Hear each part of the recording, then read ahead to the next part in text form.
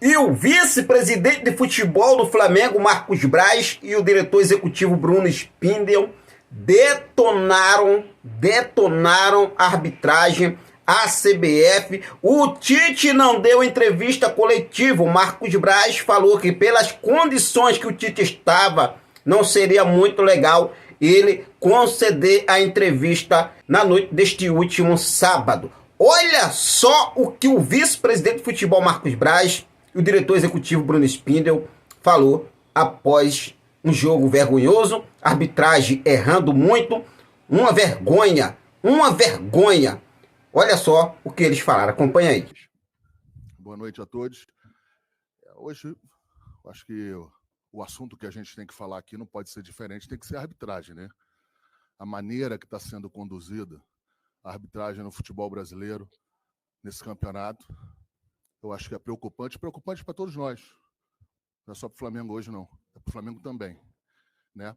A gente, na primeira rodada do campeonato, em que um juiz, num jogo muito disputado, num jogo muito controverso, mas que acertou muito. E quem disse isso não fui eu, não foi o Flamengo, são os especialistas aí, os jornalistas, as pessoas que têm mais, de fato, análise mais transparente, mais clara das jogagens. O que aconteceu? E todos foram unânimes que o juiz apitou bem, tranquilamente, deu um pênalti contra o Flamengo, então estou muito à vontade de falar, um pênalti em que a gente viu hoje aí que também, igual. E o que aconteceu com esse juiz? Geladeira, 120 dias. Então, quando apita bem, ou apita de uma maneira em que acerta muito mais que erra, na primeira rodada manda essa mensagem para todos. Aí você vai na sequência, contra o Botafogo, em que perdemos o jogo. O jogador botou uma máscara dentro de campo, na frente do juiz. O juiz vai, amarela, frouxo. Sequer dá amarelo. Sequer não, ele deveria ter dado amarelo. Mas esse deveria não é interpretação, é regra. Não deu amarelo, jogada subsequente, o mesmo jogador tomou um amarelo. Então, assim, é estarrecedor o que está acontecendo. Está dando pena ver os árbitros. Pena. Quem conhece um pouquinho de futebol aí, está vendo. Estão altamente pressionados, altamente com o psicológico já chegando nos jogos em que dá até pena. Dá pena. O que eu vi no final aqui do jogo aqui, eu não quis nem falar muito. O que eu falei ali para os árbitros ali era que eles deveriam se unir, deveriam se posicionar em algumas questões em relação às acusações que foram feitas. Eu falei isso, nem reclamei. Fiquei com pena de reclamar do jogo. Então, assim, essa é a sequência, é o que está no futebol brasileiro, é uma piada o que está acontecendo. Enfim, aí você vem para o jogo de hoje. Sequer chamamos o VAR na situação do pênalti do Flamengo. Sequer chama o VAR. A tecnologia está ali exatamente para você interpretar, para você... Você chama o juiz e ele interpreta. Se viu que não teria nenhum problema, que não viu nenhum lance faltoso, ele segue o jogo. Então, assim, é uma vergonha o que está acontecendo. Agora eu quero saber o seguinte, eu quero entender se é quem bate mais forte na mesa, sem quem briga mais, é que está levando. É isso que a CBF está se ajoelhando? A isso? A quem dá porrada na mesa, a quem bate, a quem fala de inalações perigosíssimas? Então, a gente tem que ver como é que vai fazer, porque senão isso não vai acabar bem, o campeonato não vai acabar bem. Não vai acabar bem, não é para o Flamengo, é para ninguém. Agora, a gente tem que entender. Se a gente entender que tem que falar e vai ter que pressionar, não tenha dúvida que o Flamengo vai fazer isso também. Eu não acho esse o caminho correto, eu não acho o caminho plausível, mas está vergonhoso. Está vergonhoso. Tá vendo? O que a gente viu hoje aí é digno de pena. De não chamar o VAR em 2, 3 lances, em análises que eram perfeitamente fáceis de você interpretar se chamasse o VAR, se usasse a tecnologia. Mas quem está no VAR também está pressionado. Né? Os pontos lá em que as interferências que entram por aqui, pelos telefones. Interferências que eu digo em relação a que fala se foi ou não foi, o que acha. E essa interpretação tem que ser da pessoa que está ali, na hora. Então vou dar até a sugestão. Eu não sei se tem isso, mas eu vou dar uma sugestão. Entrou dentro do VAR lá, não pode ter celular lá dentro.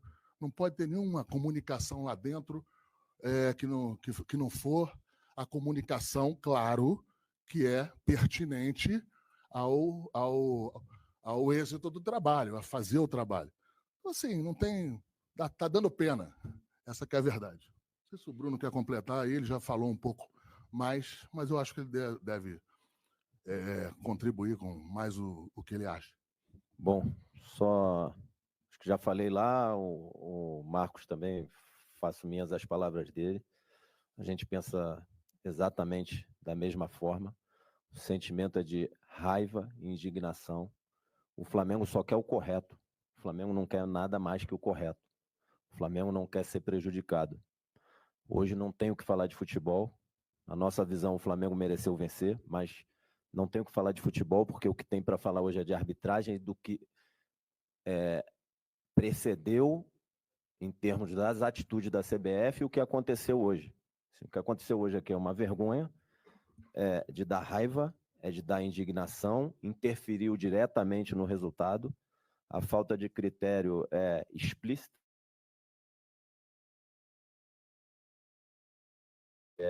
Explícito. A CBF claramente passa uma mensagem: se for correto com o Flamengo no jogo do Flamengo, vai para a geladeira. Eu vou ser um pouquinho mais específico, esclarecer um pouco mais por que eu estou falando isso.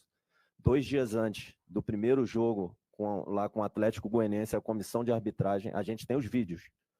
Temos vídeos da comissão de arbitragem instruindo os nossos atletas e a nossa comissão técnica. Está gravado lá no auditório do CT.